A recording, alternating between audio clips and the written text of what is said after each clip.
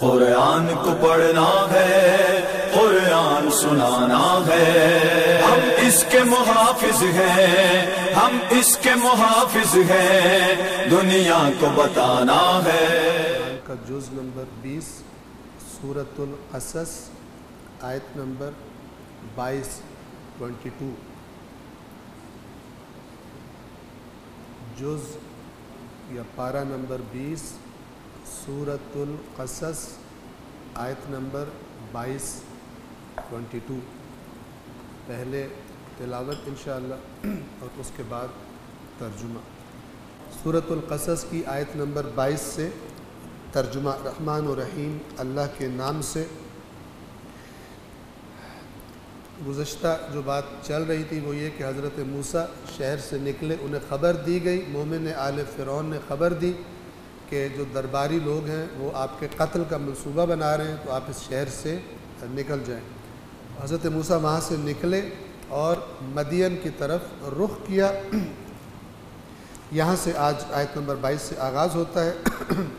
اور جب موسیٰ نے مدین کا رخ کیا تو کہا، امید ہے میرا پروردگار مجھے سیدھے راستے کی ہدایت فرمائے گا۔ اور جب وہ مدین کے پانی پر پہنچے تو انہوں نے دیکھا لوگوں کی ایک جماعت اپنے جانوروں کو پانی پلا رہی ہے، اور دیکھا کہ ان کے علاوہ 2 عورتیں اپنے جانور روکے ہوئے کھڑی ہیں۔ موسیٰ نے کہا، آپ دونوں کا کیا مسئلہ ہے؟ وہ دونوں بولیں، جب تک یہ چرواہے اپنے جانوروں کو لے کر واپس نہ پلٹ جائیں ہم پانی نہیں پلا سکتی، اور ہمارے والد بڑی عمر کے بوڑھے ہیں۔ حضرت شعیب کی بیٹیاں تھیں، اور وہاں پر جو لوگ پلا رہے تھے ظاہر بات ہے ان کے نامحرم تھے، اور ان کو کنویں کے اندر سے پانی نکال کے دینے کے لیے ظاہر ہے کہ ان کو کچھ زحمت کرنی پڑتی تھی، تو اپنے حجاب اور پردے کی وجہ سے یہ انتظار میں تھی کہ وہ لوگ چلے جائیں پلا کر، تو ان کے بعد جب کوئی مرد نہ ہو تو یہ اپنی بکریوں کو، اپنے جانوروں کو پانی پلائیں۔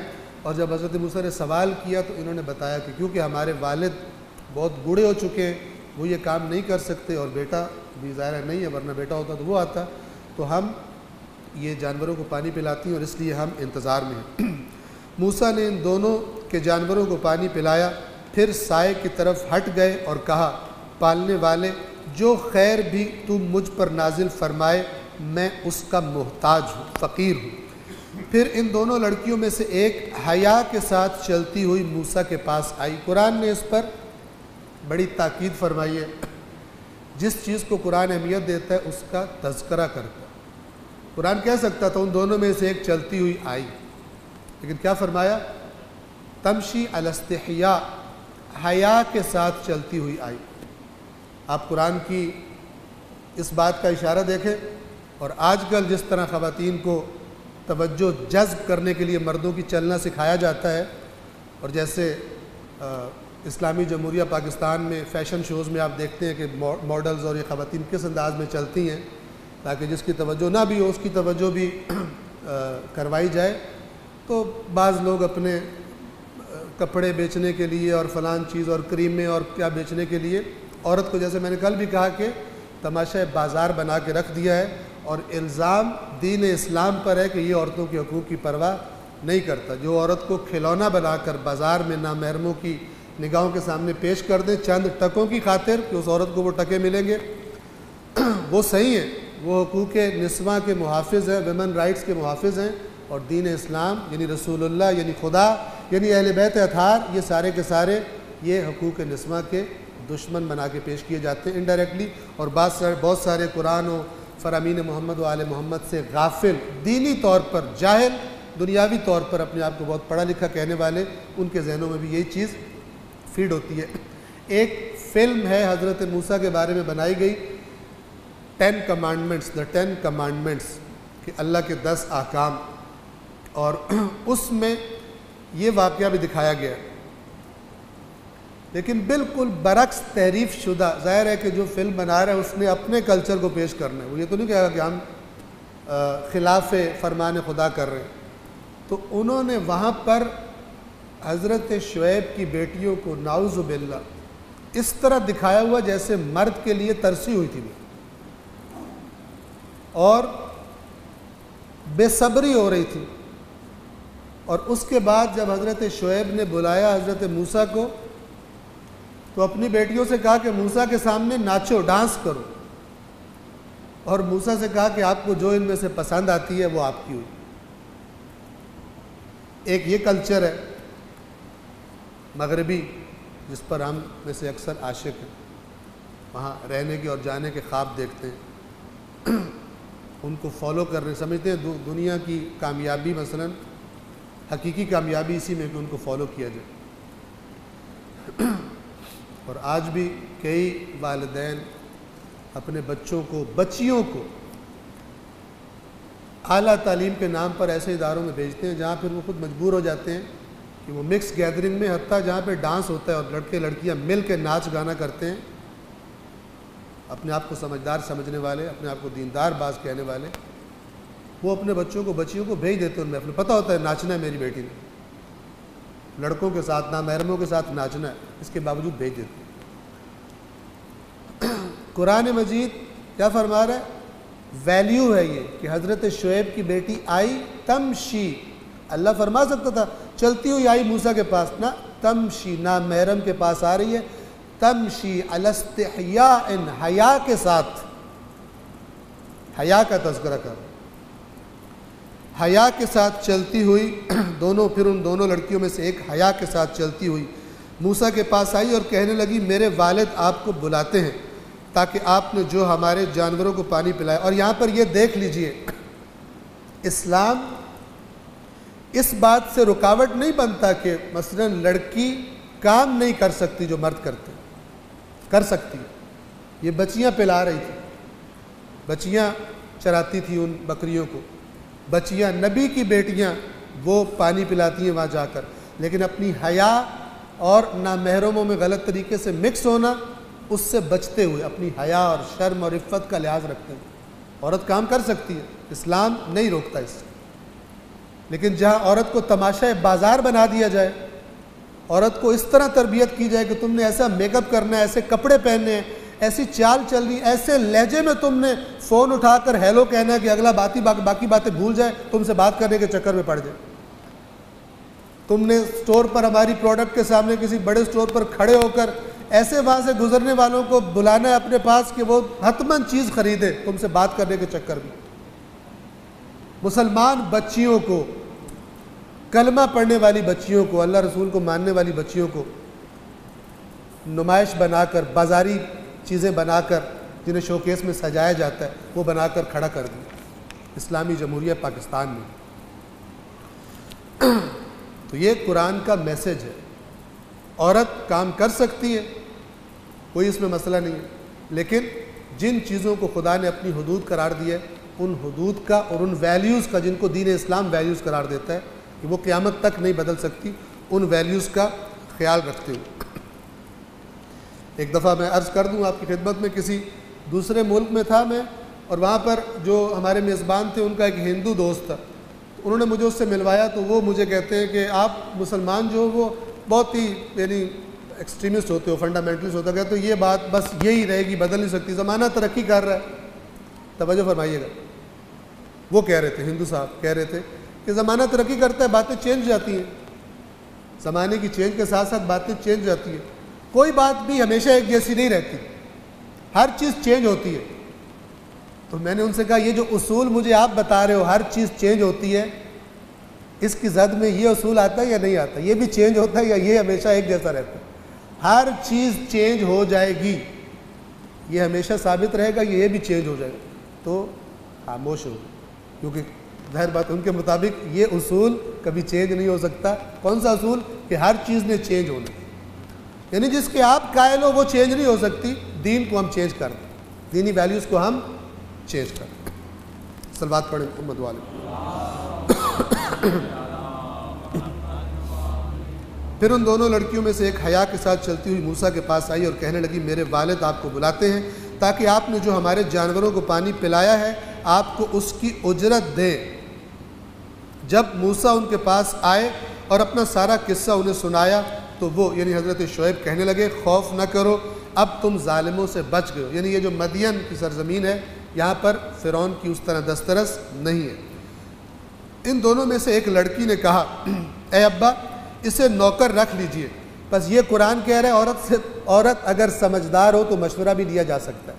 اور یہ جو فرامین ہے کہ عورت ناقص العقل ہوتی ہے، یاد رکھیے گا یہ کیونکہ اکثر عورتیں جذبات سے مغلوب ہو کر خرابی کر دیتی ہیں، نہ کہ ہر عورت ایسی ہوتی ہے کہ عورت سے مشورہ لیا نہیں جا سکتا. قرآن بتا رہا ہے، تذکرہ کر رہا ہے، حضرت شعیب کی بیٹی نے، جوان ہے ابھی، بہت بوڑھی بھی نہیں ہے، وہ مشورہ دے رہی ہے کہ ان کو رکھ لیں اپنے پاس نوکری پر. حضرت شعیب قرآن نے نہیں کہا کہ کہو بیٹی عورت ناقص العقل ہوتی ہے تم سے مشورہ نہیں لینا. توجہ فرما رہے ہیں. بس یہ جو احادیث ہیں اسی لیے کہتے ہیں ایک حدیث دیکھ کے فتویٰ نہیں دیکھ سکتا کوئی. فتویٰ دینے کا یعنی ایک پوری بات کرنے کا حق کس کو ہے؟ جس نے قرآن دیکھا ہے، جس نے احادیث دیکھی ہوئی ہے. وہ ساری باتیں دیکھ کے وہ پوائنٹ آؤٹ کرتا ہے کہ یہ جو حدیث کہے گی عورت ناقص العقل ہوتی ہے مشورہ نہ کرو، یہ خاص موارد میں ہے. ایک زمانہ جناب امیر کا ہے، خاص طور پہ جب یہ فرمان بولا گیا تھا، زمانہ جناب امیر کا ہے کہ جب ایک خاتون کے پیچھے لگ کر منتخب خلیفہ کے خلاف بغاوت کی گئی، حضرت عائشہ اپنے تمام تر احترام کے ساتھ غلطی پر تھی، خطا پر تھی، اور جناب امیر نے اس زمانے کے مطابق کہا کہ نہیں چلنا، ان کے کہنے پر نہیں چلنا. لیکن قرآن مجید یہ بتا رہا ہے، کوٹ کر رہا ہے یہ واقعہ کہ عورت مشورہ دے سکتی ہے جب سمجھدار ہو، رشیدہ جسے کہتے ہیں، یعنی عاقل ہو، سمجھدار ہو، اسے مشورہ لیا جا سکتا ہے.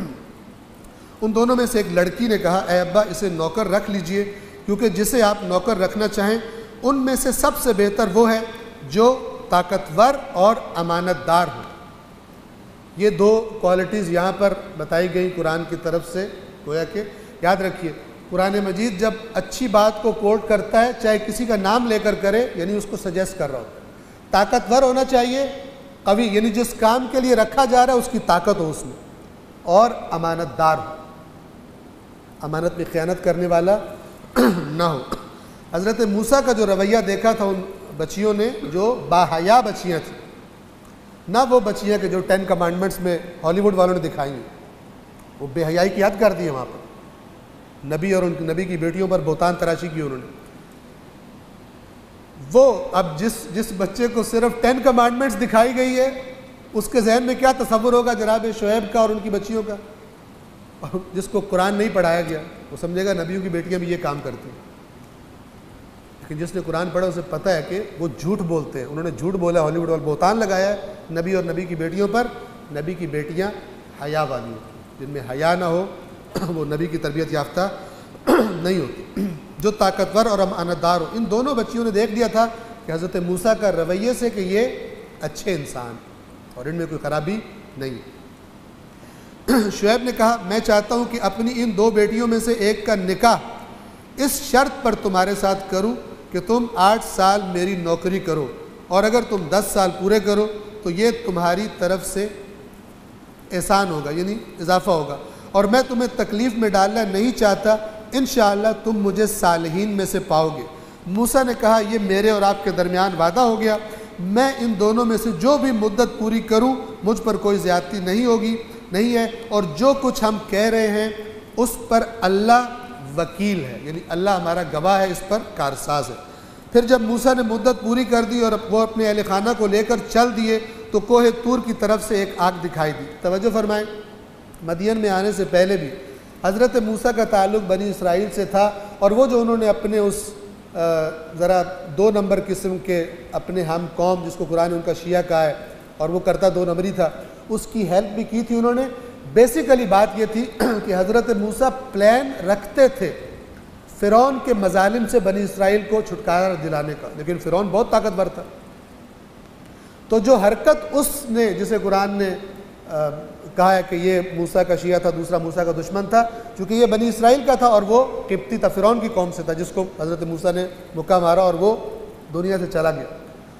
تو جب دوسرے دن بھی یہ لڑائی کر رہا تھا، یہی شخص دوبارہ بنی اسرائیل والا، حضرت موسیٰ کی قوم کا شخص دوبارہ لڑائی کر رہا تھا ایک دوسرے فرعون کی قوم والے سے، تو حضرت موسیٰ نے جس سے کہا کہ تو بڑا گمراہ آدمی ہے، تو آج پھر وہی حرکت کر جو، چونکہ حضرت موسیٰ چاہتے تھے کہ ساری باتیں مخفی رہیں، حضرت موسیٰ کا ان کا سپورٹر ہونا کھول کے سامنے نہ آئے تاکہ فرعون الرٹ نہ ہو جائے. تو پہلے سے اس کو معلوم تھا کہ یہ موسیٰ بنی اسرائیل کا ہے. تو حضرت موسیٰ چاہتے تھے کہ جب تک اپنے پلان کو میچور نہ کر لیں، ساری چیزیں فراہم نہ کر لیں، فرعون کو پتہ نہ چلے. اور یہ صاحب جو بار بار جھگڑا کر رہے تھے فرعونی قوم سے، اس کی حرکتوں سے پتہ چل جانا تھا، اور پتہ چل گیا. جیسے ہی موسیٰ نے دوسرے دن حضرت موسیٰ نے ہیلپ کرنی چاہی، اس فرعون کے بندے نے کیا کہا، موسیٰ مجھے بھی اس طرح مارنے لگا جس طرح تو نے کل بندہ مار دیا. اب حضرت موسیٰ کو پتہ چل گیا کہ بات لیک آؤٹ ہو گئی. اور قرآن نے کیا بتایا تھا کہ حضرت موسیٰ جب یہ واقعہ پیش آیا تھا گزشتہ روز، تو شہر والوں کو پتہ نہیں تھا. قرآن کے الفاظ کیا ہیں، شہر والے اس وقت موسیٰ آئے تھے شہر میں جب شہر غفلت میں تھا، یعنی ان کے آرام کا وقت. تو قرینہ یہ بتاتا ہے کہ یہ کل والی بات بھی اسی صاحب نے لیک آؤٹ کی تھی جس کی ہیلپ کی تھی حضرت موسیٰ نے. اور تب اس دوسرے سپاہی کو پتہ چل گیا تھا کہ انہوں نے بندہ کل بھی مارا. اس نے کہا کہ موسیٰ مجھے بھی اسی طرح مارنا چاہتے ہو جس طرح تم نے کل ایک بندہ مار دیا. تو تب حضرت موسیٰ، اب دیکھیں بعض دفعہ اپنی قوم والے خائن ہوتے ہیں، اور بعض دفعہ اللہ موسیٰ اس کی فرعون کی قوم سے مومن آل فرعون پیدا کر دیتا ہے کہ جو ان کے اندر سے انر سرکل سے رپورٹ لا کر حضرت موسیٰ کو دیتا ہے اور کہتا ہے کہ آپ یہاں سے نکل جائیں، آپ کے قتل کا فیصلہ ڈیسائیڈ ہو. اور حضرت موسیٰ وہاں سے چلے جاتے ہیں. اب جب حضرت موسیٰ نے وہاں پر اپنی مدت پوری کر لی جناب شعیب کے پاس، اب اپنا جو ہدف ذہن میں رکھا ہوا تھا کہ بنی اسرائیل کو نجات دلانی ہے فرعون کے ظلم سے، واپس چل پڑے کدھر، اپنے شہر کی طرف، مصر کی طرف واپس چل پڑے اپنے اہل و عیال کے ساتھ. پھر جب موسیٰ نے مدت پوری کر دی اور وہ اپنے اہل کو لے کر چل دیے تو کوہ طور کی طرف سے آگ دکھائی دی. اب جب موسیٰ اس ہدف کے لیے جا رہے ہیں تو اللہ تبارک و تعالی نے بھی ان کو بلا لیا اور پھر واضح انداز میں کہا کہ آپ کی ذمہ داری ہم لگا رہے ہیں کہ آپ نے فرعون کو جا کر پہلے خدا کی طرف دعوت دینی ہے، اور اگر وہ نہ مانے تو اس کے بعد پھر اس کا مقابلہ کرنا.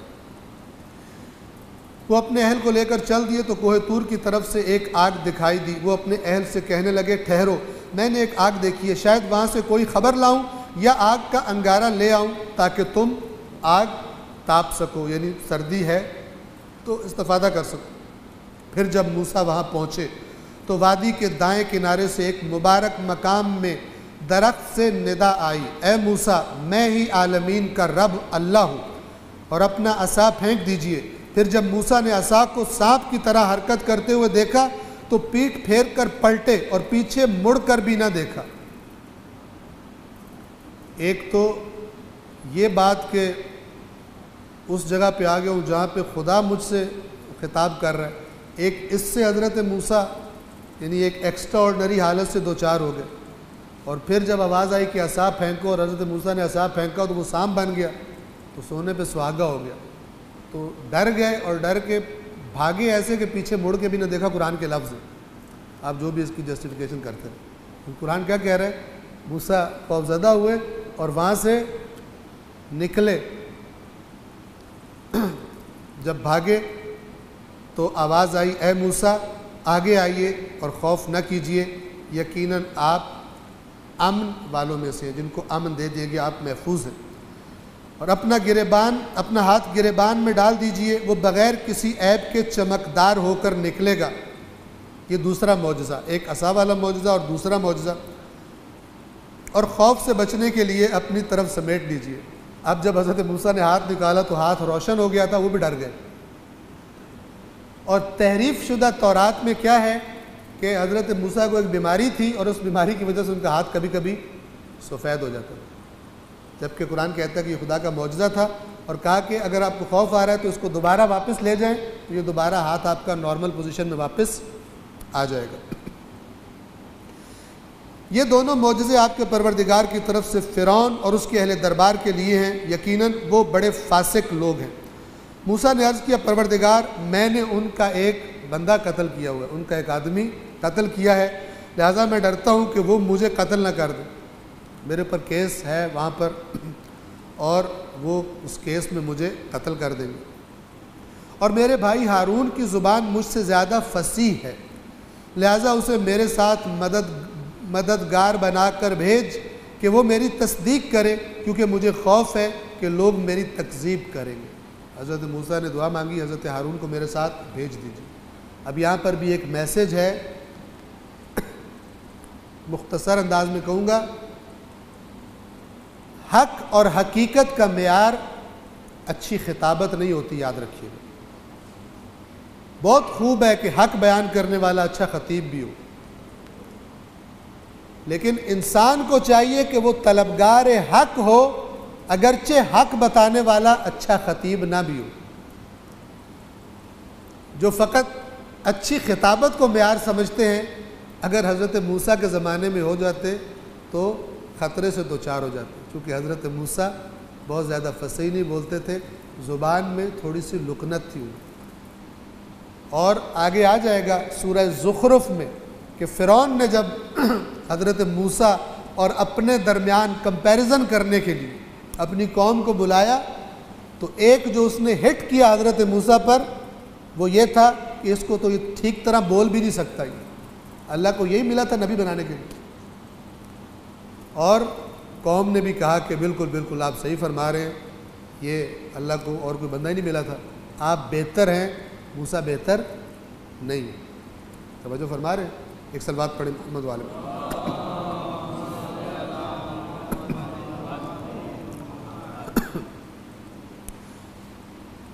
اللہ نے فرمایا ہم آپ کے بھائی کے ذریعے آپ کے بازو کو مضبوط کریں گے اور ہم آپ دونوں کو غلبہ دیں گے اور ہماری نشانیوں کی وجہ سے وہ آپ تک نہیں پہنچ پائیں گے، آپ دونوں اور آپ کے پیروکاروں ہی کا غلبہ ہوگا۔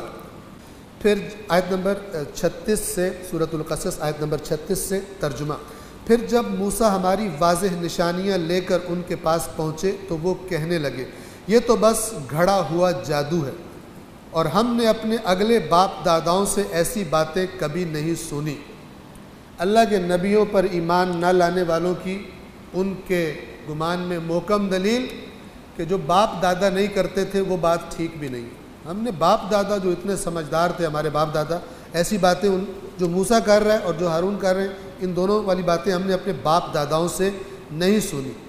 اور موسیٰ نے کہا میرا پروردگار اسے جانتا ہے جو اس کے پاس سے ہدایت لے کر آیا ہے، اور یہ بھی جانتا ہے کہ آخرت کا گھر کس کے لیے ہے، بے شک ظالم فلاح نہیں پاتے۔ اور فرعون نے کہا اے درباریوں، اب فرعون کی ذرا علمی گفتگو سنیے گا۔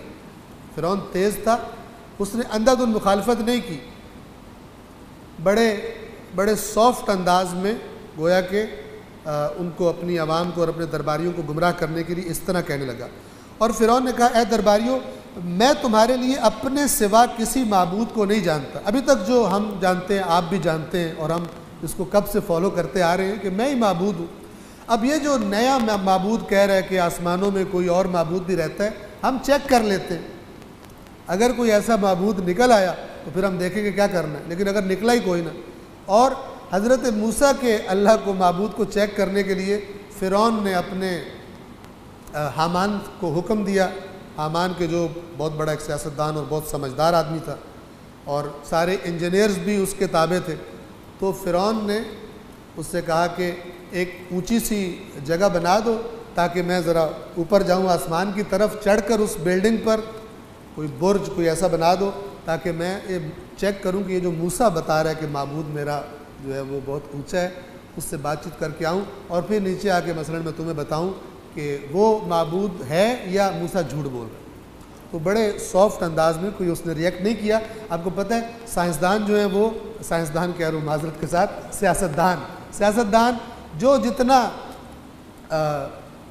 اپنے اندر برداشت رکھتا ہے مکر کرنے کے لیے، اتنا اچھا آج کل کی سیاست کا وہ سیاستدان ہوتا ہے، غصے میں نہیں آتا۔ یہ یاد رکھیے گا، یہ جو صفات ہیں خداوند عالم نے بھی بیان کی، برداشت کرنا، تحمل کرنا، یہ انبیاء کی صفت ہے۔ حلیم اللہ کی صفت ہے، اللہ جلدی غصے میں نہیں آتا، کیونکہ یہ خدا انسانوں کا خالق، اسے پتہ ہے یہ صفت جس میں ہوگی وہ انسانوں کو جذب کر سکتی۔ لیکن ایسا کرنے والی کی نیت کیا؟ ایک دفعہ ہے مکر کے طور پر لوگوں کے سامنے بہت مسکراتا ہے، برداشت کرتا ہے، کوئی بات نہیں، پبلک ہے، پبلک کو بات کرنے کا حق ہے، لیکن جب جاتا ہے تو پھر غصے میں کہتا ہے کہ یہ جو جلسے میں میرے خلاف بولا تھا اس کی ایسی کی تیسی پھیر دو۔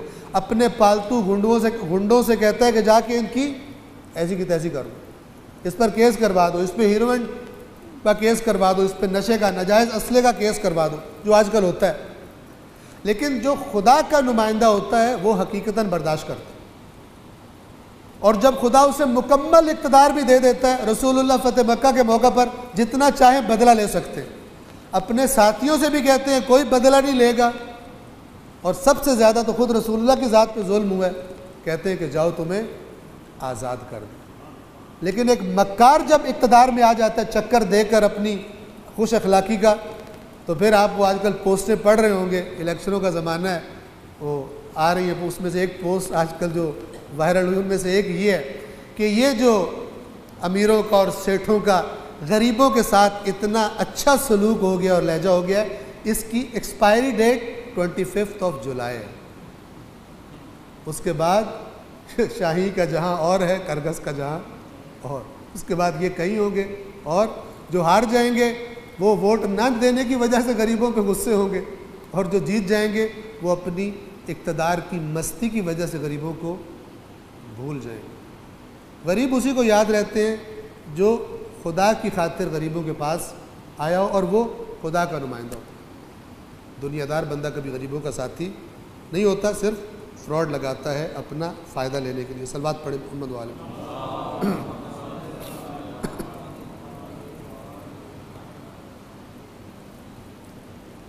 جو کہتے ہیں کہ دین اور سیاست کا تعلق نہیں ہے، یہ آدھا قرآن سیاست آپ کو پتہ ہے۔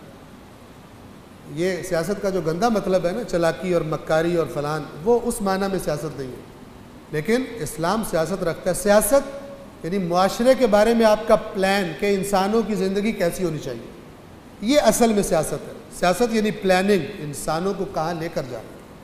سب سے بڑا سیاستدان خدا خود ہے، اس نے کہا ہے کہ انسانوں کو کیسا ہونا چاہیے، اور اس کے نمائندے آ کر اسی طرح معاشرے کو بنانے کی کوشش کرتے ہیں۔ یہ سیاست ہے۔ مکاروں نے اغوا کر لیا، اور جو بیچارے ہیں جو دین کی روح کو نہیں سمجھتے، وہ سمجھتے ہیں کہ چونکہ یہ تو ساری پلیدی ہے، مکاری ہے، لہذا یہ دین سے کوئی الگ چیز کا نام ہے۔ صلوات پڑھیں محمد والے۔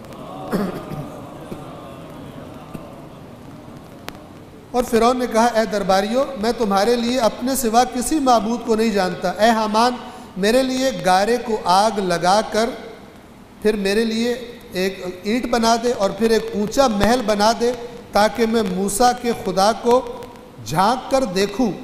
تو میرا تو خیال ہے کہ موسیٰ جھوٹ بول رہے ہیں۔ بڑے آرام سے انہوں نے کہا، کوئی صریح مخالفت نہیں کی۔ کہا میرا خیال یہ ہے، پھر ہم چیک کر لیں گے تو کنفرم ہو جائے گا، ابھی میرا گمان یہ ہے کہ موسیٰ جھوٹا ہے۔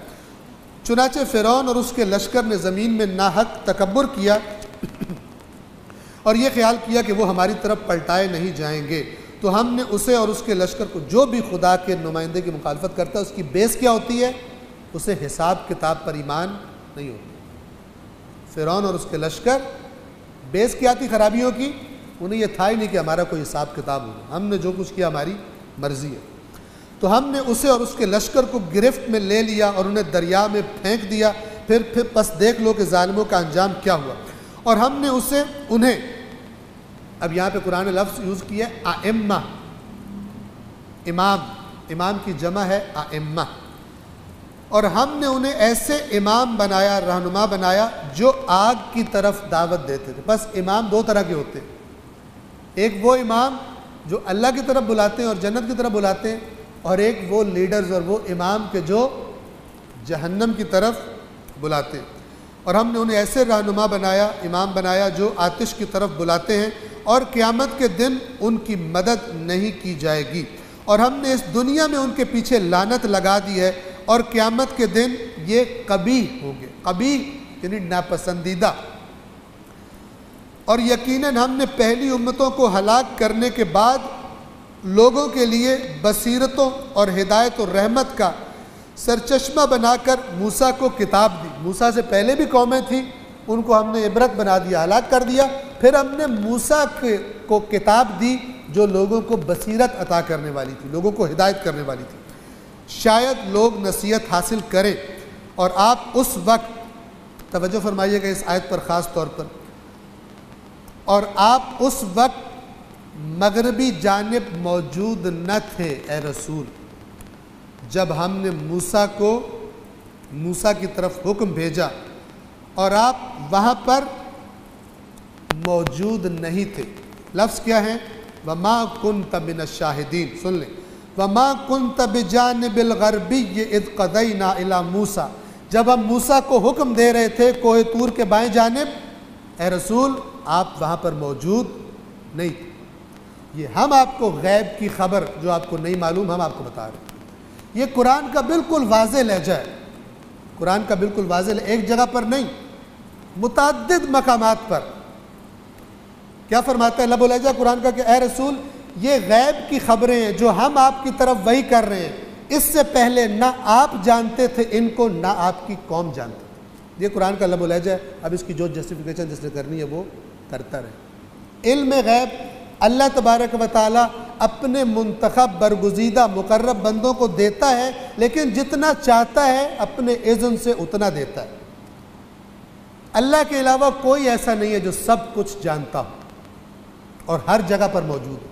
یہاں پہ رسول اللہ سے کہا جا رہا ہے کہ جب ہم موسیٰ کو حکم دے رہے تھے اے رسول آپ وہاں پر موجود نہیں تھے۔ وَمَا كُنْتَ مِنَ الشَّاهِدِينَ، اور آپ وہاں پر گواہ نہیں تھے جب ہم موسیٰ کو وَمَا كُنْتَ مِنَ الشَّاهِدِينَ، اور وہاں پر آپ مشاہدہ کرنے والوں میں سے نہ تھے۔ شاہدین کسے کہا جاتا ہے؟ جو گواہ ہو اور موجود ہو وہاں پر۔ لیکن ہم نے کئی امتوں کو پیدا کیا پھر ان پر طویل مدت گزر گئی۔ یاد رکھیے گا قرآن کے مطابق اپنے نظریوں کو بنا لینا یہ اللہ کے مقرب بندوں کی شان میں کمی نہیں ہوتی۔ اللہ سے آگے بڑھ کر شانیں بنا دینا یہ بہتان ہوتا ہے، یہ شان نہیں ہوتی، یہ بہتان ہوتا ہے اللہ پر اور اس کے رسول پر، اور یہ افترا ہوتا ہے۔ اور یہ افترا قرآن کہتا ہے کہ قیامت کے دن جنہوں نے اللہ پر بہتان باندھے ہیں، اپنے پاس سے گھڑ کر باتیں بنائی ہیں، اے رسول آپ دیکھیں گے ان کے چہرے سیاہ ہوں گے قیامت کے دن، جنہوں نے یہ کام کر لیا۔ پھر جب کوئی بڑھائے تو پھر بڑھانے کی کوئی حد نہیں ہوتی، پھر حد کیا ہوتی ہے؟ آخر میں ان کو ہی اللہ بنا دیتے ہیں، کیونکہ کہیں رکنا ہی نہیں ہے۔ ابھی میں چند دن پہلے قصیدہ سن رہا تھا، اور وہ قصیدہ کیا تھا کہ اللہ نے رسول پاک کو وہی بھیجی کہ تیری پشت پر حسین نہیں میں بیٹھا ہوں۔ سبحان اللہ۔ اب آپ داد دیجئے اس بات پر، پشت رسول پر امام حسین نہیں اللہ۔ اگلا شعر کیا ہے؟ اگلا شعر ہوا کہ امام حسین وہ کریم ہے کہ جو اللہ کو اپنا جسم ادھار عطا کرتا ہے تاکہ زمین پر اللہ آ سکے۔ اللہ نہیں آ سکتا، جیسے اللہ آسمان بیٹھا زمین پر ہے ہی نہیں۔ ایک یہ کفر ہے، اللہ ہر جگہ موجود ہے، اللہ کے بارے میں آنا جانا کوئی معنی ہی نہیں رکھتا۔ احمق اور جاہل ہے جب بیہودہ باتیں کرتے ہیں۔ حسین وہ کریم ہے جو اللہ کو عطا کرتا ہے ادھار، سبحان اللہ، اللہ جیسے محتاج ہے۔ اس طرح کی محبت اہل بیت یہ بہتان ہے ان ہستیوں پر، یہ کفر و شرک کے محض ہے، اور یہ حق بنتا ہے، سزا ہے ان کی یہ گمراہی کہ جنہوں نے اللہ کی کتاب کو عمرے گزار کے لفٹ نہیں کرائی اور اپنا دین سپرد کر دیا شعراء کے، وہ شعراء جو خود بھی صاف ہے قرآن سے، ان کے سپرد کر دیا، دادیں دے رہے، دین سے خارج ہونے کی داد دے رہے۔ آپ کا شکریہ، آپ نے اللہ کو محتاج ثابت کر کے ہمیں دین اسلام سے باہر پھینک دیا۔ ہر نماز میں پڑھتے ہیں اللہ الصمد، یہاں پہ اللہ کو محتاج کر دیا۔ یہ بہتان ہے، بہت بڑی جسارت ہے۔ امام حسین پر جھوٹ باندھتے ہیں، مولا کائنات پر جھوٹ باندھتے ہیں، اور قبول وہ کرتے ہیں جن کا تعلق قرآن سے نہیں ہے۔ صلوات پڑھیے محمد والے۔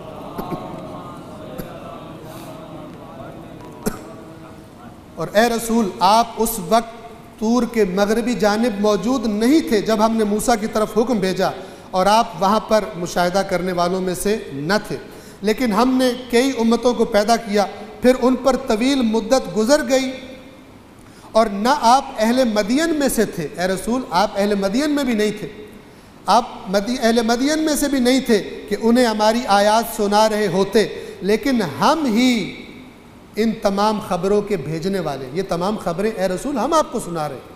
آپ نہ طور پر موجود تھے نہ ہی آپ مدین میں موجود تھے۔ بالکل واضح قرآن ہے، یہ کوئی تفسیر نہیں ہے، یہ ترجمہ ہے۔ کچھ لوگ جب اپنے غلط نظریات سے کچھ ٹکراتے دیکھتے ہیں کہتے تم تفسیر بھی رائے کر رہے ہو، یہ ترجمہ ہے سادہ، کسی کا ترجمہ اٹھا کے دیکھ لیجئے۔ ترجمہ انگلش کا دیکھ لیجئے، اردو کا دیکھ لیجئے، جس کا دل ہے عالم کا ترجمہ آپ اٹھا کے دیکھ لیجئے، سادہ ترجمہ ہے، یہ تفسیر ہے ہی نہیں۔ اور جب آپ پھر اگلی آیت جو آیت نمبر 46 ہے، پھر دیکھیے، اور آپ طور کے کنارے پر، اے رسول آپ طور کے کنارے پر موجود نہیں تھے جب ہم نے ندا دی تھی، بلکہ یہ آپ کا رسول بنانا یہ اس لیے ہے کہ آپ کے پروردگار کی رحمت ہے، تاکہ آپ اس قوم کو تنبیہ کریں جن کے ہاں آپ سے پہلے کوئی تنبیہ اور خبردار کرنے والا نہیں آیا، شاید وہ نصیحت حاصل کر سکے۔ یعنی اے رسول یہ خبریں ہم آپ کو سنا رہے ہیں تاکہ، اور ہم نے آپ کو نبی بنایا ہے تاکہ آپ اپنی قوم کو بتائیں کہ گزشتہ اقوام کے قصوں سے عبرت لیں۔ اور میں نے بتایا دوسری جگہ پر قرآن فرماتا ہے ہم آپ کو وحی کر رہے ہیں یہ غیب کی خبریں، نہ اس سے پہلے ما کنت تعلمها انت ولا قومک، نہ اے رسول اس سے پہلے نہ آپ کو علم تھا اس کا، نہ آپ کی قوم کو علم تھا، ہم آپ کو وحی کر رہے ہیں۔ سب کچھ جاننے والا صرف اللہ ہے، ہر جگہ موجود صرف اللہ ہے، رسول اللہ بھی ہر جگہ موجود نہیں۔ سورہ آل عمران میں موجود ہے، اے رسول جب وہ مریم کی کفالت کے لیے قرعہ کشی کر رہے تھے آپ وہاں پر نہیں تھے، اب آپ قرآن کو روند کر آپ کہیں وہاں پر تھے، حاضر و ناظر تھے، آپ کہہ دیں، ٹکرائیں قرآن سے اور خود ذمہ دار ہیں۔ اور ایسا نہ ہو کہ آپ کہ اپنے ہاتھوں سے آگے بھیجی ہوئی حرکتوں کی وجہ سے اگر ان پر کوئی مصیبت نازل ہو جائے تو یہ کہنے لگے ہمارے رب تو نے ہماری طرف رسول کیوں نہ بھیجا کہ ہم تیری آیات کے پیچھے چلتے اور ایمان لانے والوں میں شامل ہو جاتے۔ یعنی اے رسول ہم نے آپ کو اس لیے بھیجا تاکہ قیامت کے دن یہ نہ کہیں یہ لوگ کہ اے رسول، اے اللہ ہماری طرف آپ نے رسول ہی نہیں بھیجا، اگر آپ کوئی نبی بھیجتے تو ہم اس کی بات مان لیتے، آپ ہمارا عذر قبول کریں۔ اے رسول ہم نے آپ کو اس لیے بھیجا ہے، یہ قرآن آپ کو اس لیے دیے قیامت کے دن کوئی یہ نہ کہہ سکے خدا کے سامنے کہ ہمارے پاس تو آیا ہی کوئی نہیں تھا۔ اتمام حجت کے لیے ہم نے یہ قرآن اور آپ کو رسول بنا کر بھیجا ہے۔ پھر جب ہماری طرف سے حق ان کے پاس آ گیا تو وہ کہنے لگے، اب توجہ کریں، یہ حضرت اب رسول اللہ کی قوم کا تذکرہ ہو رہا ہے کہ جب ہمارا رسول اور یہ قرآن حق ان کے پاس آ گیا، لیکن چونکہ بے ایمان ہے اندر سے، سر تسلیم خم نہیں کرنا چاہتے، اب بہانہ تراشی، جب ان کے پاس حق آ گیا ہماری طرف سے تو کہنے لگے جیسی موسیٰ کو نشانیاں دی گئی تھی انہیں کیوں نہیں دی گئی؟ اعتراض، جیسے حضرت موسیٰ کو عصا دیا گیا تھا، حضرت موسیٰ کو ید بیضاء دیا گیا تھا، ہاتھ روشن ہو جاتا تھا، آپ کو کیوں نہیں دیا گیا؟ آپ وہ لے کر آئیں تب ہم ایمان لائیں گے۔ کیا انہوں نے اس کا انکار نہیں کیا تھا جو موسیٰ کو دیا گیا تھا؟ یہ جو تمہارے اندر مرض ہے، یہ مرض سبب تھا کہ موسیٰ کے معجزات کے باوجود موسیٰ کی بات بھی نہیں مانی گئی۔ اللہ تمہاری ڈیمانڈوں پر ہدایت نہیں کرتا، نہ تمہاری ڈیمانڈز پر معجزے دیتا ہے، تم اپنا مرض ٹھیک کرو۔ اگر تمہارے اندر مرض نہ ہو تو یہ قرآن یہ اسی نبی کی زبان سے جاری ہوا ہے جس نے 40 سال تمہارے اندر زندگی گزاری ہے، اور اس نے کبھی ایسی بات نہیں کی، کوئی آیت نہیں پڑھی اس نے، کوئی اس نے یہ نہیں کہا کہ یہ خدا کی طرف سے ہے۔ 40 سال میں تو ساری شخصیت سامنے آ جاتی ہے، 40 سالہ زندگی شب و روز تمہارے سامنے ہے ہمارے اس نبی کے۔ نہ اس نے کسی استاد کے پاس تعلم کیا ہے، اس کا کوئی استاد نہیں ہے، نہ اس نے کوئی کلاس اٹینڈ کی ہے، نہ مکتب میں بیٹھا ہے۔ تو اب 40 سال کے بعد یہ ایک ایسی بات کر رہا ہے جس کو رد کرنے، جس کا مقابلہ کرنے سے تم سب کے سب سمیت تمہارے عالموں اور خطیبوں کے سب کے سب عاجز ہو، اس جیسی ایک صورت بھی نہیں لا سکتے۔ یہ معجزہ کم ہے، اس معجزے کو ہی مانو ورنہ اس کا مقابلہ کر کے دکھاؤ۔ تمہاری ڈیمانڈ پر ہم معجزے نہیں لائیں گے۔ انہوں نے کہا یہ دونوں ایک دوسرے کے مدد کرنے والے جادو ہیں۔ یعنی بات پھر اللہ تعالیٰ پلٹا رہا ہے، کبھی ادھر رسول اللہ کی قوم کی طرف، کبھی واپس فرعون کی قوم کی طرف، کہ وہ بھی جب معجزے لے کر آئے تھے تو انہوں نے کیا کہا تھا؟ حضرت موسیٰ کے عصا کو اور ید بیضاء کو کہا تھا یہ دونوں جادو ہیں جو بڑا اثر کرتے ہیں، بڑا امپریس کر دیتے ہیں دیکھنے والوں۔ اور رسول اللہ کے قرآن کو بھی کیا کہا مکہ والوں نے؟ جادو ہے اور یہ جادوگر ہے، کانوں میں روئی دے لو، اس جادو کے اس کے منتر کو نہ سنو ورنہ تمہیں ہلاک کر دو۔ شباہت رکھتی ہیں اللہ کے نبیوں کا انکار کرنے والوں کی باتیں، اور ان کی ڈیمانڈز اور ان کے بہانے بھی آپس میں شبات رکھتے ہیں۔ انہوں نے کہا یہ دونوں ایک دوسرے کی مدد کرنے والے جادو ہیں، اور کہا ہم ان سب کا انکار کرنے والے منکر ہیں۔ منکر اور قرآن کا جو لفظ ہے وہ ہے کافرون، وَإِنَّا بِكُلٍّ کافرون، ہم سب کے منکر ہیں، نہیں مانیں گے۔ کہہ دیجئے پس اگر تم سچے ہو تو تم بھی اللہ کی طرف سے کوئی ایسی کتاب لے آؤ جو ان دونوں سے زیادہ ہدایت دینے والی ہو، میں اس کے پیچھے چل پڑوں گا۔ کتنی عاقلانہ چیلنج ہے کہ تورات بھی موجود تھی موسیٰ کے زمانے میں اور یہ قرآن بھی۔ اگر تم زیادہ سمجھدار ہو، میں جھوٹ بول رہا ہوں، تو تم ان دونوں کے مقابلے میں کوئی تیسری کتاب لے آؤ اس سے زیادہ محکم باتوں والی، میں چھوڑ دوں گا، میں بھی تمہارے پیچھے چل پڑوں گا۔ لے آؤ تم، میں تو پڑھا لکھا بھی نہیں ہوں تمہاری نظروں میں، میری زندگی بھی تمہارے سامنے ہے۔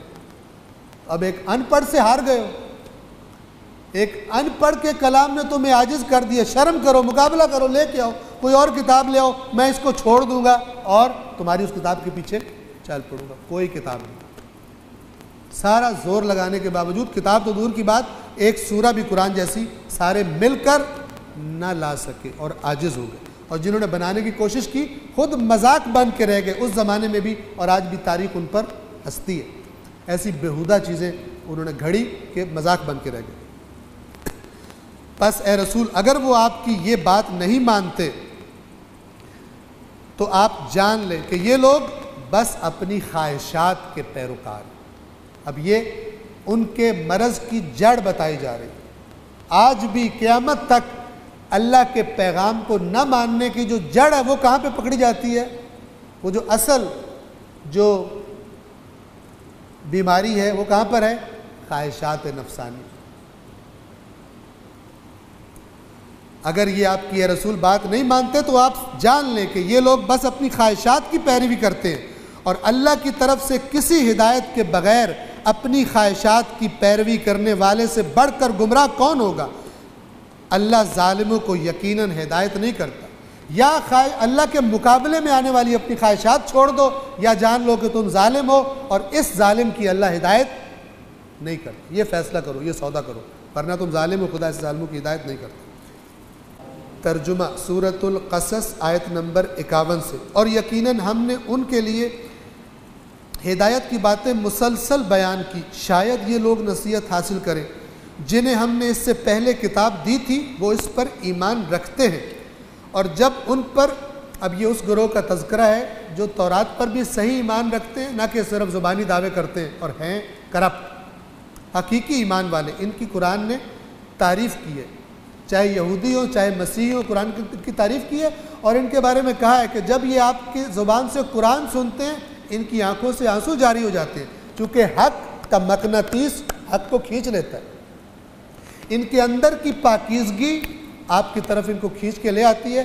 حق کو سن کر، چونکہ حق سے مانوس ہیں، حق کے لب و لہجے سے مانوس ہیں، ان کی آنکھوں سے آنسو جاری ہو جاتے ہیں اور یہ آپ پر ایمان لے آتے ہیں۔ یہ اب اس گروہ کا تذکرہ ہے۔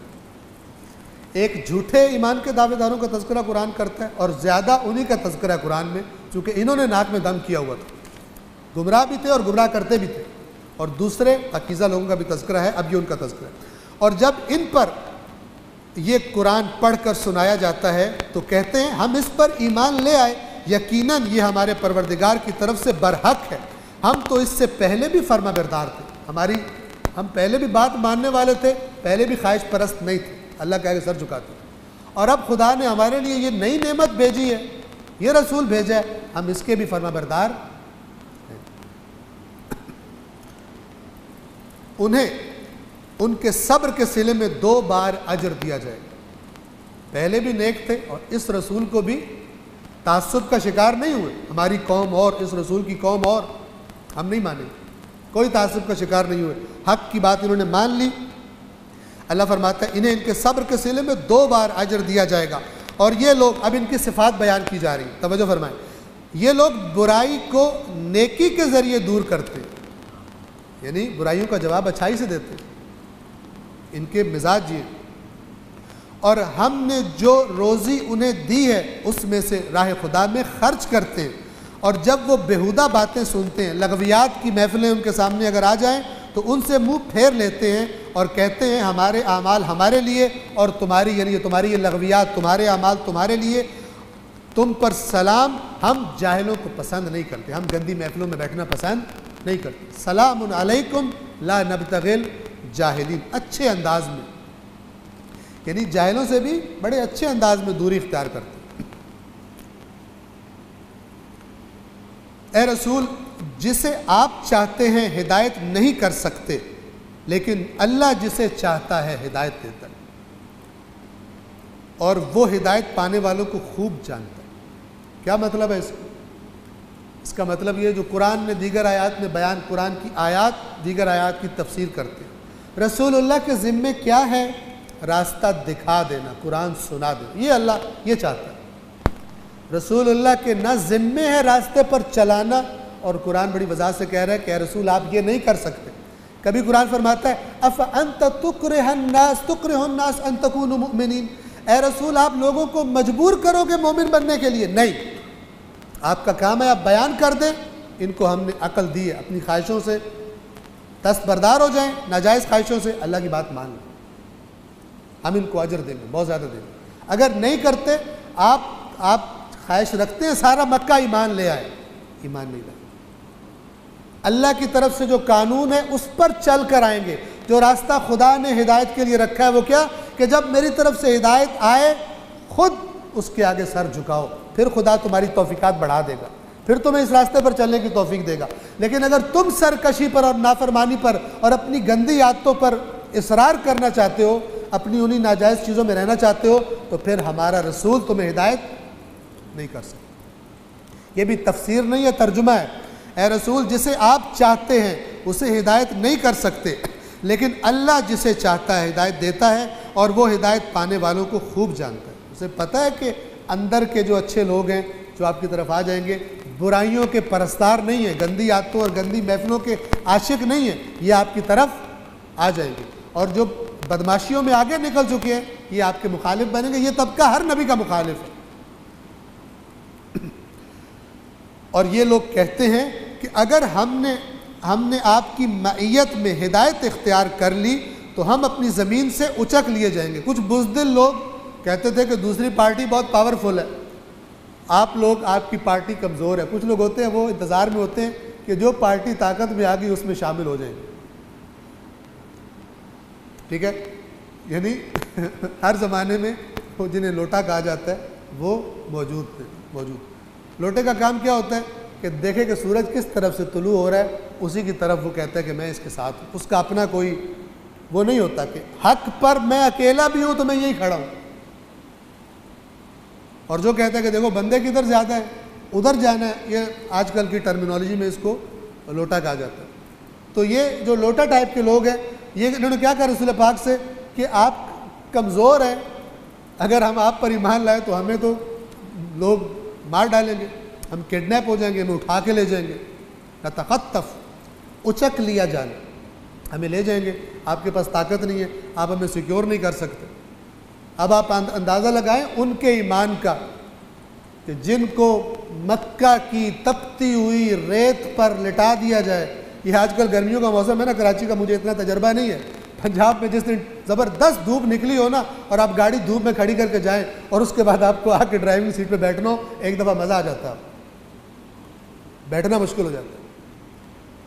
ان کے ایمان کا آپ اندازہ کریں، مثلا حضرت بلال، کچھ احمق، اور میرے پاس الفاظ نہیں ہیں ان کی جہالت کو بیان کرنے کے لیے، حضرت بلال کی شان میں جسارت کرتے ہیں، اپنی گھٹیا حیثیت کو نہیں دیکھتے۔ حضرت بلال کو آپ تصور کریں، اس صحرا کی، صحرائے عرب کی تپتی ہوئی ریت، روز ان کا مالک ان کو لٹاتا ہے اس پر، اس ریت پر، اور گرم پتھر، سنگین پتھر اس کے اوپر رکھ دیتا ہے اور کہتا ہے انکار کر خدا کا، اور وہ کہتے ہیں احد۔ حتیٰ کہ آیت آ جاتی ہے کہ جس کا دل ایمان پر قائم ہو اور وہ اپنی جان بچانے کے لیے انکار بھی کر دے تو اس پر پکڑ نہیں ہے، اس پر پکڑ ہے جو دل سے دین سے پھر جائے۔ اجازت کے باوجود عشق کے بلال کیا کرتا ہے؟ پھر کہتے ہیں احد احد، سینہ چھل گیا، جل گیا، پشت جل جاتی ہے ساری۔ اور آج کا ایک اٹھ کے بلال کے بارے میں باتیں کرنا شروع کر دی، شان میں گستاخی کرتے ہیں،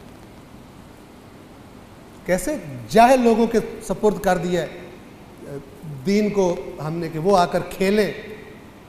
ان کی قربانیوں کا کوئی مقابلہ کرتا ہے؟ اس وقت جو بزدل لوگ تھے، جو لوٹے جنہیں مثلا میں کہہ رہا ہوں، وہ کیا کہہ رہے ہیں؟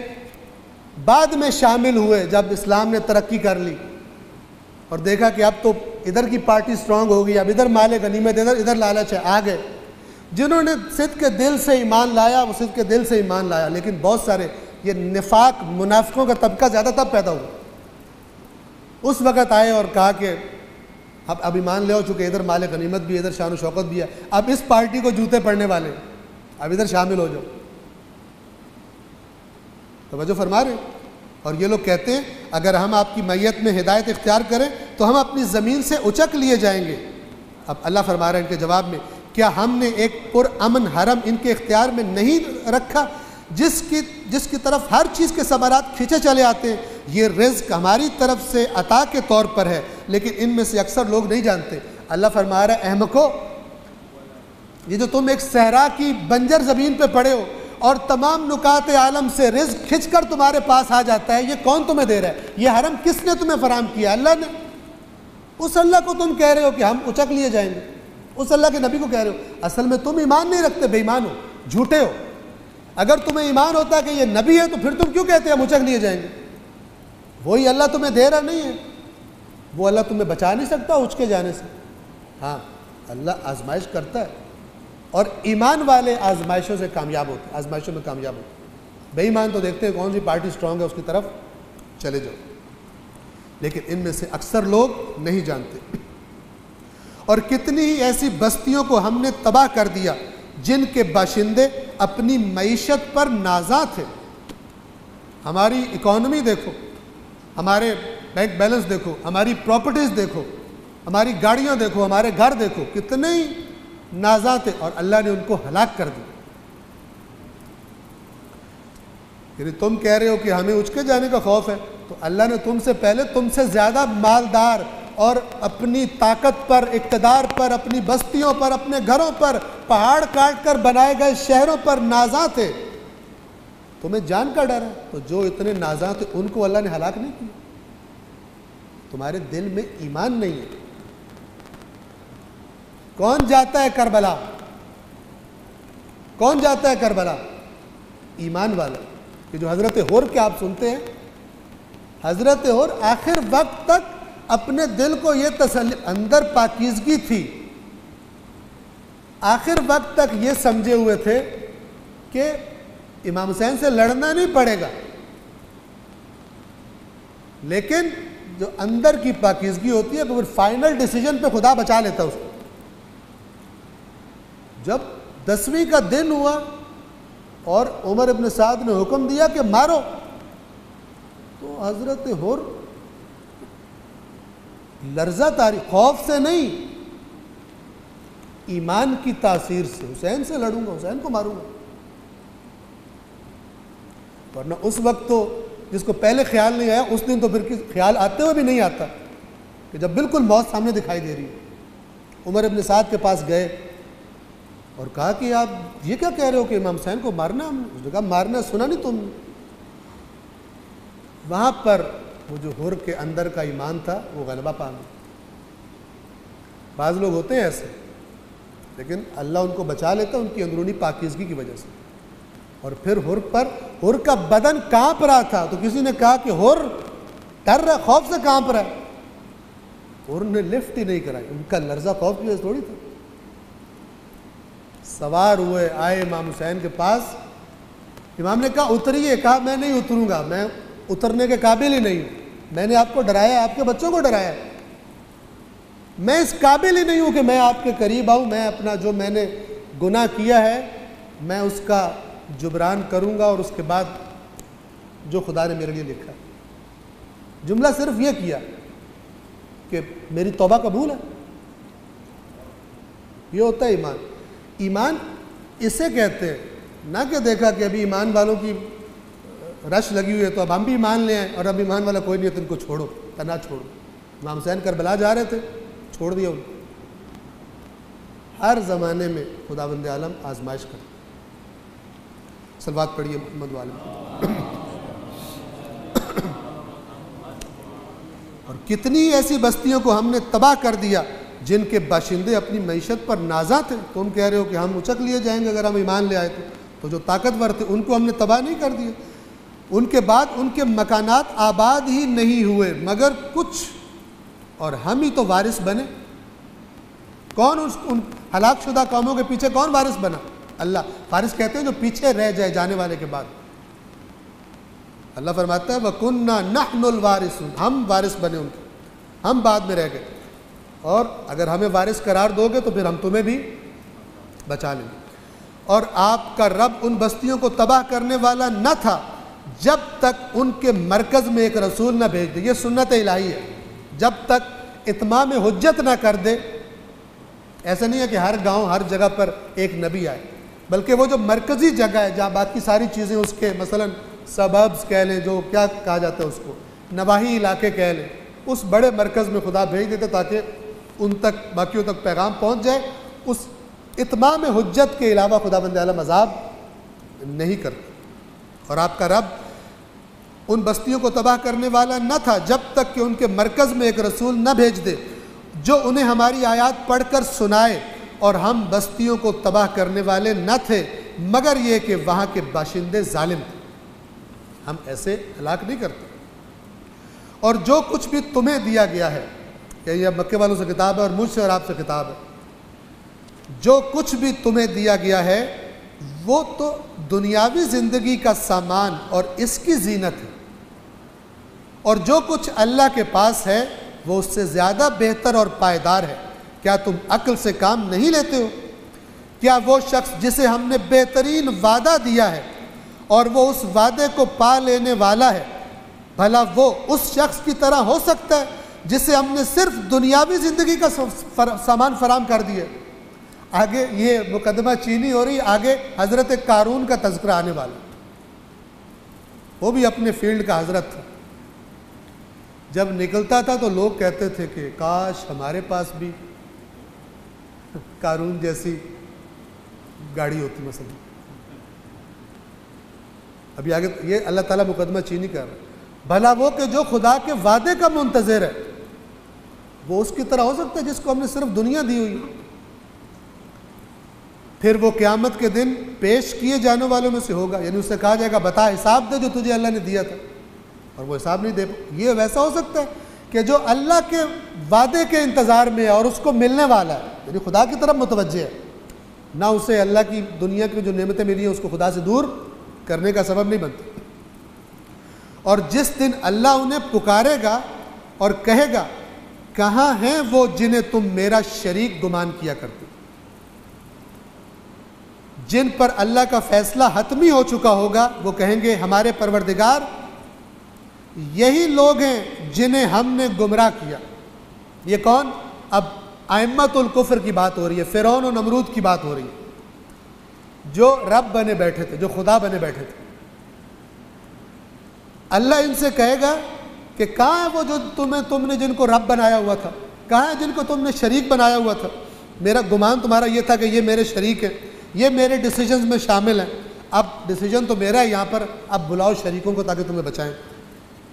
اور پھر جن پر اللہ کا فیصلہ حتمی ہو چکا ہوگا وہ کہیں گے، یہ کون ہے؟ گندے لوگ جن کو معبود بنایا گیا، فرعون، نمرود، ابلیس.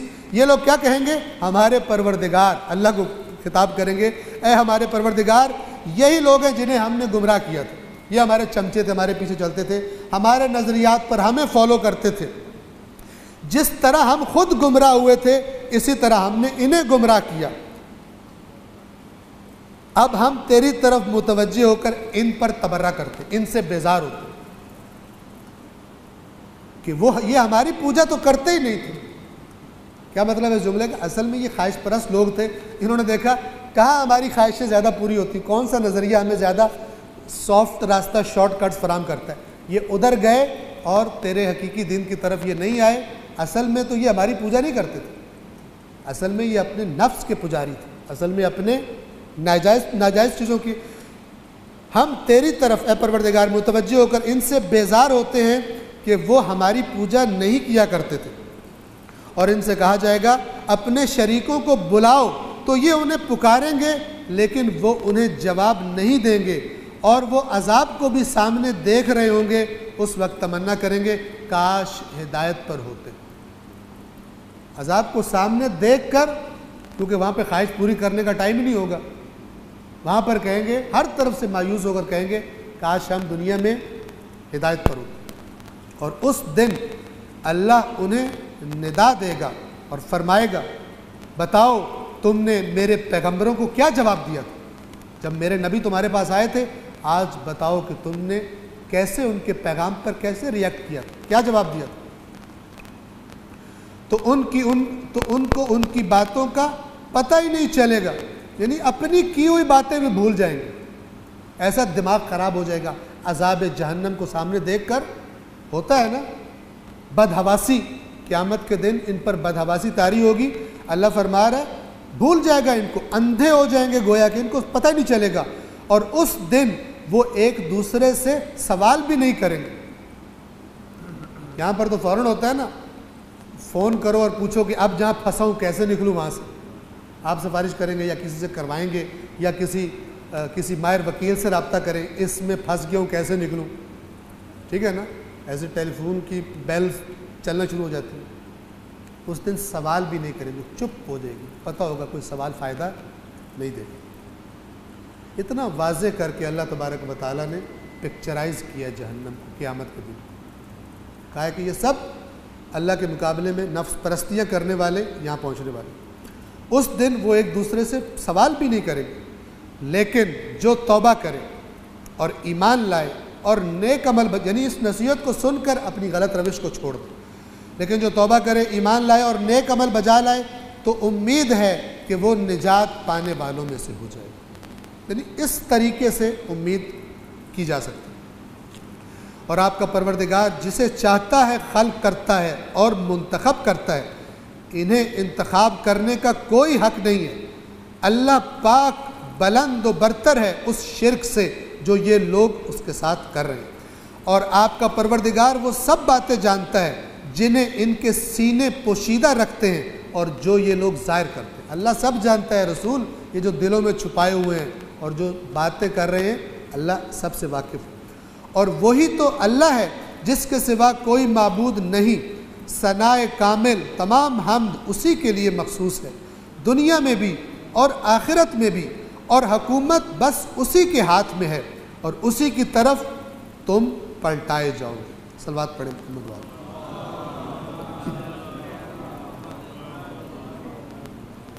آیت نمبر 70 تک آج تمام کرتے ہیں انشاءاللہ. آیت نمبر 71 سے خداوند عالم نے توفیق دی تو کل اس کو جاری رکھیں گے. پروردگار عالم کی بارگاہ میں دعا ہے, پروردگار عالم بحق کے قرآن کریم اور بحق کے محمد و آل محمد اہل بیت اطہار ہم سب کو قرآن کریم اور قرآن مجید کے سائے میں جو تعلیمات محمد و آل محمد ہیں ان کو پڑھنے کی, سمجھنے کی, بامعرفت ان کے بارے میں ہونے کی اور انہی پر عمل کرنے کی اور انہی کا پرچار کرنے کی اور معاشرے میں اسی نور کو پھیلانے کی اور اس میں عملی قدم اٹھانے کی خداوند عالم ہم سب کو توفیق عطا فرمائے. اور پھر اس کے صدقے میں ان لوگوں کے ساتھ ہمیں قیامت کے دن محشور فرمائے کہ جنہوں نے اللہ کی بات کو سنا, اللہ کے رسول کی بات کو سنا, ائمہ کی بات کو سنا اور نہیں دیکھا کہ دنیا ان کے ساتھ ہے یا دنیا ان کے ساتھ نہیں ہے, ان کے پیچھے چلے اور اس راستے پر جو کچھ بھی پیش آیا مسکراتے ہوئے اس کو برداشت کیا اور خدا کے ہاں فوز عظیم سے ہم کنار ہوئے. ہم جو کہتے ہیں نا یا لیتنا کننا معکم فنفوز فوزا عظیما, وہ کون سی عظیم کامیابی تھی جو کربلا میں ملی؟ شہادت. ہم کہتے ہیں کاش ہم ساتھ ہوتے تو وہ عظیم کامیابی پاتے.